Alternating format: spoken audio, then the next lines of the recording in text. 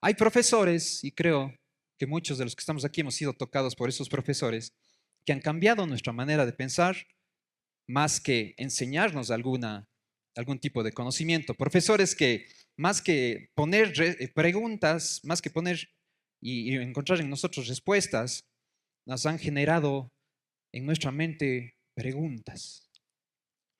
Dice William Butler, Premio Nobel de Literatura, educar no es llenar una vasija, sino encender un fuego. Y muchos de los que estamos aquí hemos recibido eso. Y tal vez hay aquí educadores que buscan eso en sus estudiantes. Que las personas, que los estudiantes cambien su manera de pensar. Que busquemos un cambio de vida en las personas a las cuales estamos enseñándole algo. Y Jesús fue maestro por excelencia, maestro de maestros. Él fue reconocido incluso por sus seguidores y por sus opositores como el rabí, que significa maestro. Y eso lo podemos ver en Mateo 7:28.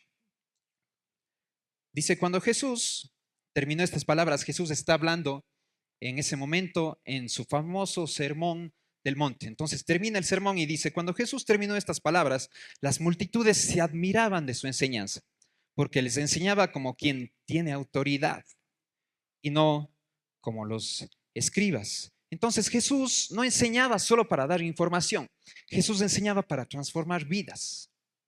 Y era inmediato el cambio que Jesús lograba en las personas, porque la aplicación inmediata de esas enseñanzas era perdonar, servir, orar, creer, dar. Entonces Jesús era no solamente un buen maestro, sino el maestro perfecto, porque no solo enseñaba, sino que vivía lo que enseñaba. Entonces, esa manera en la que Jesús llevaba ese conocimiento hacia nosotros era la manera en la que Él transformaba mentes para que nosotros podamos recibir lo que viene de parte del reino de Dios. Era su forma de manifestar el reino de Dios. Buscaba como propósito que todas las personas entendiéramos y aún esas parábolas logran eso en nosotros, cómo es este nuevo reino de Dios. Él estaba buscando manifestar el reino de Dios. Por ejemplo, en Mateo 4:17 dice, arrepiéntanse, porque el reino de los cielos se ha acercado. Jesús además tenía una técnica en la que se acercaba mucho a lo cotidiano, empezaba a hablar de cosas que eran muy comunes entre las personas y luego hacía un giro para cambiar la manera de pensar de la gente. ¿Cómo hacía eso? A través de parábolas. Su forma de enseñar era a través de ejemplos cotidianos que todos veían como comunes y luego daba un giro para que la gente cambiara su manera de pensar. Esa era la forma en la que Jesús predicaba. Ahora, ¿por qué es importante este cambio de mente? ¿Por qué Jesús habla o por qué estamos hablando de un cambio de mente? En Israel existía una oración que se repetía 2 veces al día, que servía para que las personas se mantengan en una fe sostenida y fuerte. Era una oración que se llamaba el Shema. Y el Shema lo podemos encontrar en Deuteronomio 4 y 5. Tal vez ustedes lo han leído muchas veces, pero esta era una oración que se repetía en la mañana, cuando te levantabas y en la noche antes de dormir, para estar fortalecido en tu fe. Y la oración dice así, Deuteronomio 6, 4, 5. Oye Israel, Jehová nuestro Dios, Jehová uno es. Y amarás a Jehová tu Dios de todo tu corazón y de toda tu alma y con todas tus fuerzas. Ese es el Shema y era repetido en las mañanas y en las noches para fortalecerse y vivir una vida íntegra a través de los israelitas como mandato de Dios. Ahora, en una ocasión a Jesús le preguntan, ¿cuál es el gran mandamiento de la ley? Y Jesús responde esto en Mateo 22, 36, 38, lo encontramos. amarás al Señor tu Dios con todo tu corazón y con toda tu alma. Seguramente las personas que estaban escuchando le dijeron, bueno, el Shema, estás hablando del Shema, con todo tu corazón y con toda tu alma. Y Jesús modifica, añade algo a eso y dice, y con toda tu mente. Este es el primero y gran mandamiento. Entonces Jesús empieza con lo cotidiano, habla de lo que todos vivían y todos aceptaban, y de pronto les habla de un cambio diferente, de un cambio de mente, de amar a Dios no solo con tu corazón, no solo con tu alma, no solo con tus fuerzas, sino también con tu mente. ¿Qué es amar a Dios con tu mente? Es ser curiosos por Dios, es pensar en todas las cosas que Dios tiene preparadas para ti, es pensar en lo que dice su palabra, es acercarse a Dios y conocer de verdad lo que Él tiene a través de sus escrituras, es acercarse y tener intimidad con Él. Eso es la mente que ama a Dios. Esa es una mente que vive para amar a Dios. Todos tenemos esa capacidad de pensar y todos vamos madurando en nuestro caminar. Si no estás madurando en tu caminar día a día, puede ser en cualquier área de tu vida, no estás fortaleciéndote, no estás cambiando tu manera de vivir. Necesitamos aprender, necesitamos buscar la forma en la que nosotros cambiemos nuestra manera de pensar. ¿Y por qué la mente? Para amar a Dios, cada día más debes conocerlo de verdad, saber quién es Dios para adorarlo. Dios no quiere personas que solo le adoren. Dios quiere personas que entiendan por qué le están adorando. ¿Sí? Y eso lo vemos en Juan 4, 23 y 24. Un versículo famoso también. Mas la hora viene y ahora es cuando los verdaderos adoradores adorarán al Padre en espíritu y en verdad. ¿Sí? Aquí vemos lo que decía Roberto en la prédica anterior, ¿no? Espíritu con E mayúscula es el Espíritu Santo. Espíritu con E minúscula, nuestro espíritu. Sí estuve atento a tu charla, Roberto. Espíritu y verdad. Entonces necesitamos entender lo que estamos haciendo cuando adoramos. Cuando nosotros venimos y cantamos canciones aquí el día domingo, no solo repetimos letras, no solo repetimos armonía y música, estamos declarando con nuestra boca verdades. Estamos adorando a un Dios conocido. Entender te hace adorar de una mejor manera. Eso también lo podemos ver en 1 Corintios 14, 15. ¿Qué pues? Oraré con el espíritu, pero oraré también con el entendimiento. Cantaré con el espíritu, pero cantaré también con el entendimiento. Necesitamos buscar esa conexión, entender a Dios de mejor manera para vivir en la nueva cultura del reino de Dios. Si no entendemos, no amamos de verdad. Necesitamos conocerle a Dios para poder vivir en esa cultura que nos llama a vivir una vida separada, una vida diferente, no amoldada a lo que vivimos nosotros, sino una cultura, tal vez una contracultura, en donde nosotros somos embajadores de un reino que es diferente. Romanos 12:2 dice, no imiten las conductas ni las costumbres de este mundo, más bien dejen que Dios los transforme en personas nuevas al cambiarles ¿qué? La manera de pensar, al cambiar su mente. Y es importantísimo lo siguiente. Entonces aprenderán a conocer la voluntad de Dios para ustedes, que es buena, agradable y perfecta. ¿Cuántos de nosotros pasamos mucho tiempo de nuestra vida buscando cuál es la voluntad del Padre, buscando cuál es la forma en la que debemos vivir o qué es lo que debemos hacer? Ese es el secreto. Entender y cambiar nuestra manera de pensar para conocer la voluntad de Dios. Conocer más de Dios y tener más intimidad para entender su voluntad y vivir en ese reino que tiene otra cultura, nos hace eso. Ahora, ¿cuál es la cultura de este nuevo reino? El Sermón del Monte nos muestra muchísimos detalles de cómo vivir en esta nueva cultura del reino. Y ustedes lo pueden leer en sus casas. En Mateo 5 tiene muchísimas enseñanzas, pero vamos a ir revisando algunas de ellas para entender un poco esta nueva cultura.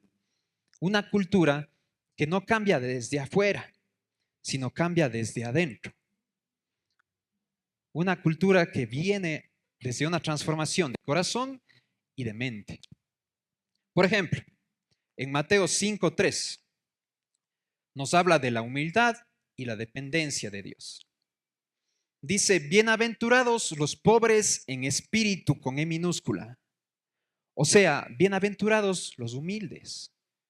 Bienaventurados los que tienen un espíritu que entiende que no dependen solo de ellos, sino dependen de alguien más.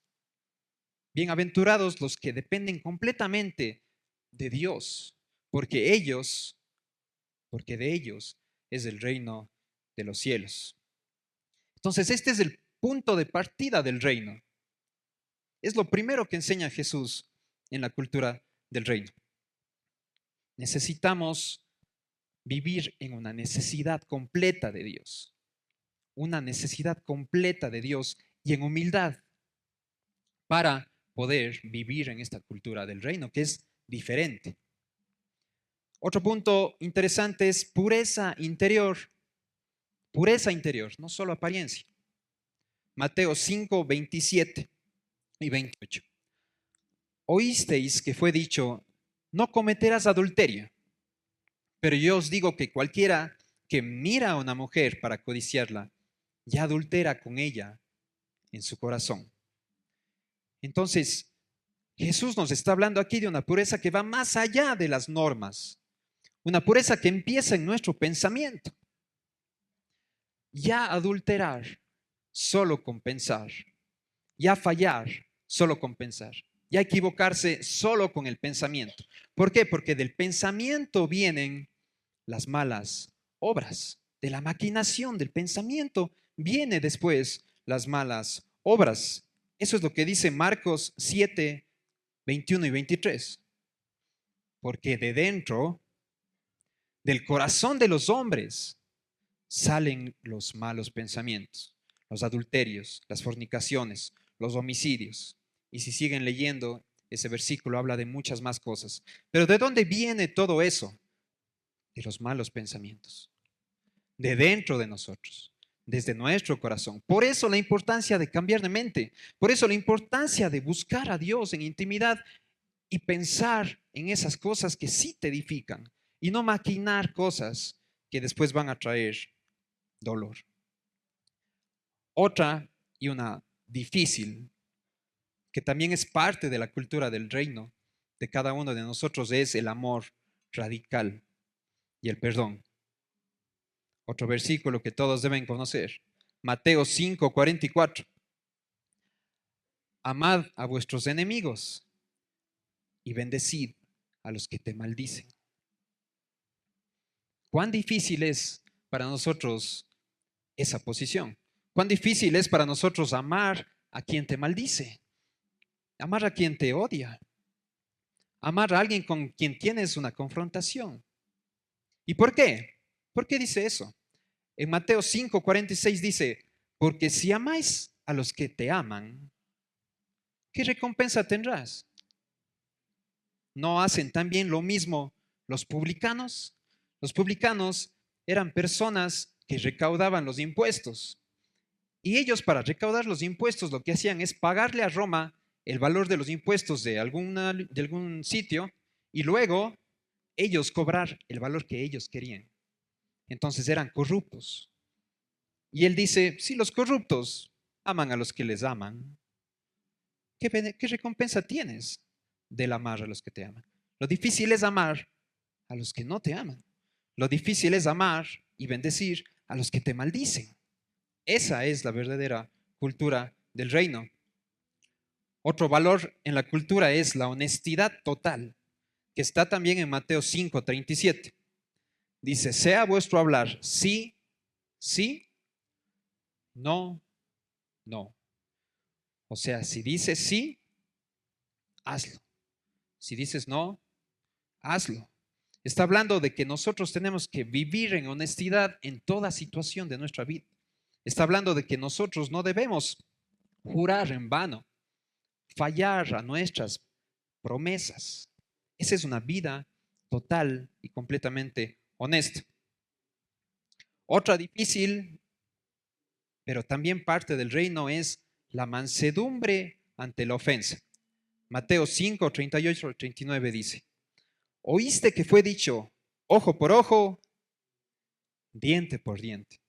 Pero yo os digo, al que te hiera en la mejilla derecha, vuélvele también la otra. Entonces, en la cultura del reino, nosotros no buscamos la venganza.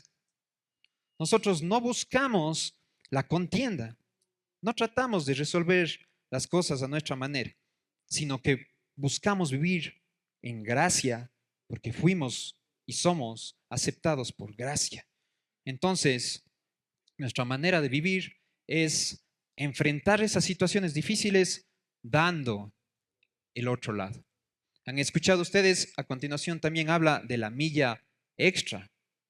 ¿Qué es la milla extra? ¿Qué es dar la milla extra? En aquellos tiempos, los soldados romanos podían acercarse a cualquier persona que esté caminando en la calle y decirle, necesito que lleves mi armadura por una milla. Y le daban la armadura y era ley que esa persona debía llevar una milla cargando la armadura de estos soldados. Ahora, lo que dice Jesús en este versículo es, si te dicen que andes una milla, anda dos. O sea, muéstrales el verdadero amor y la verdadera forma de vivir en el reino. Hay una serie muy famosa que se llama The Chosen. La estaba viendo yo y hay una parte en la que ilustran esto de aquí. Está Jesús con todos sus discípulos caminando y de pronto vienen soldados romanos y les dice, lleven nuestras armaduras.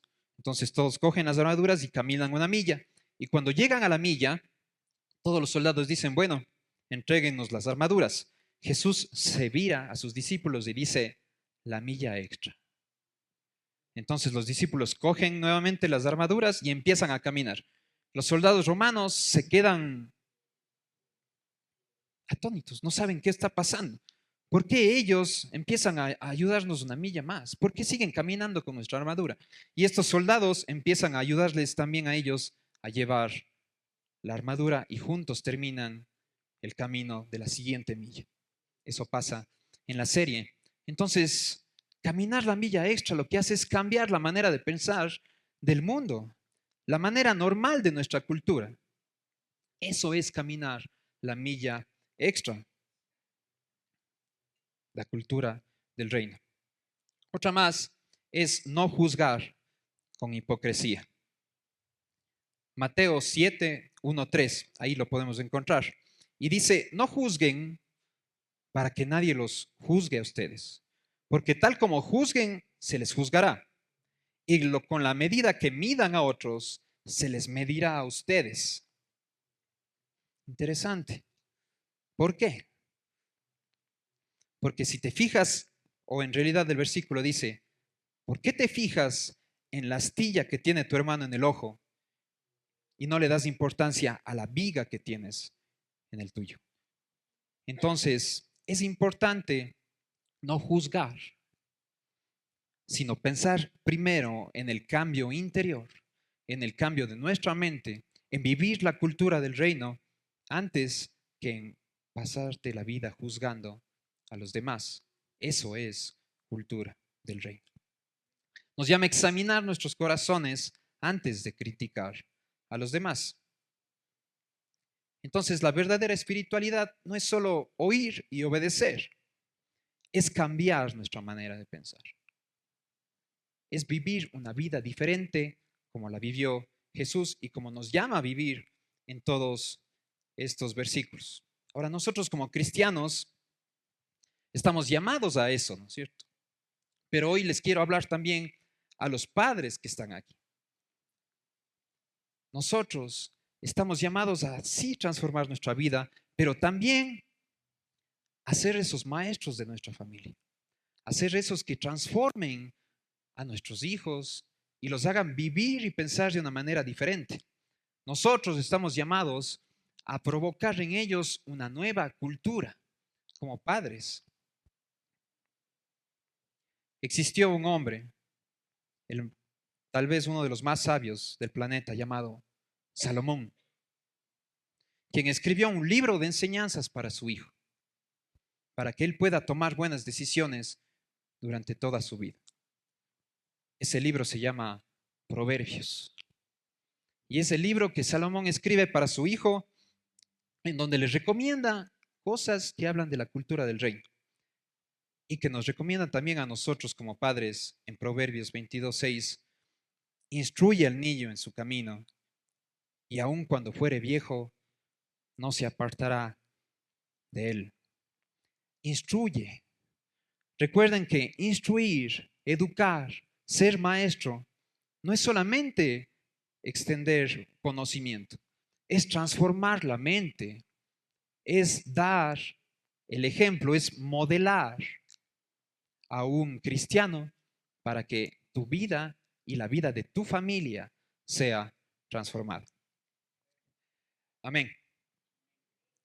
Mi papá, y aquí viene el agradecimiento para mi papá, no podía faltar en este día. Mi papá también es músico como nosotros en la familia. Y él en su etapa antes de conocer a Jesús, le gustaba mucho cantar música rockolera. Entonces mi papá se pasaba días ensayando estas canciones rockoleras que yo también ya me sé de memoria por los tiempos que pasaba escuchando sus prácticas. Era súper bueno mi papá para las rockoleras. Te hacía llorar. Pero lamentablemente mi papá utilizaba esas rockoleras para juntarse el fin de semana con mis tíos y con sus amigos, obviamente para tomar. Y traía problemas a nuestra casa y trajo mucho dolor en mi corazón y rencor en ese tiempo hacia mi papá. Rencor que ya he perdonado hace muchos años. ¿Por qué perdoné? Porque cuando mi papá empezó a escuchar de Dios y empezó a asistir a Arco, él me motivaba todos los días a asistir. Me decía, vamos para acá, ven los domingos, ven a que toques en el grupo de alabanza. Él intentaba de alguna manera motivarme a mí todos los días de mi vida y yo era resistente a esa motivación. Pero lo que cambió mi vida fue que un día yo llegué a la casa, un día normal en el que mi papá debía estar ensayando sus rockoleras. Y de pronto no escucho nada y cuando entro y miro hacia el lugar donde debía estar ensayando, mi papá estaba leyendo la Biblia. Y de pronto mi papá dejó de reunirse con mis tíos a tomar, dejó de hacer todas esas cosas que lastimaban a mi corazón y transformó su vida.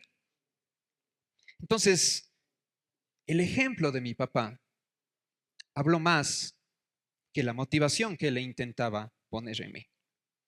Él me modeló a una persona que sí puede ser transformada por Dios. Él modeló a una familia que sí puede ser restaurada por Dios. Él restauró mi relación de amor hacia Él cuando Él buscó de Dios. Amén. Y eso es lo que anhelo que hoy, si es que estás pasando por algún momento como ese, lo hagas en tu vida. Que todos los padres que estamos aquí modelemos a Dios para que nuestros hijos transformen su vida y para que nuestras familias sean renovadas, transformadas y acercadas hacia el camino de la cultura del reino, en donde se vive diferente y se vive la voluntad de Dios buena, agradable y perfecta.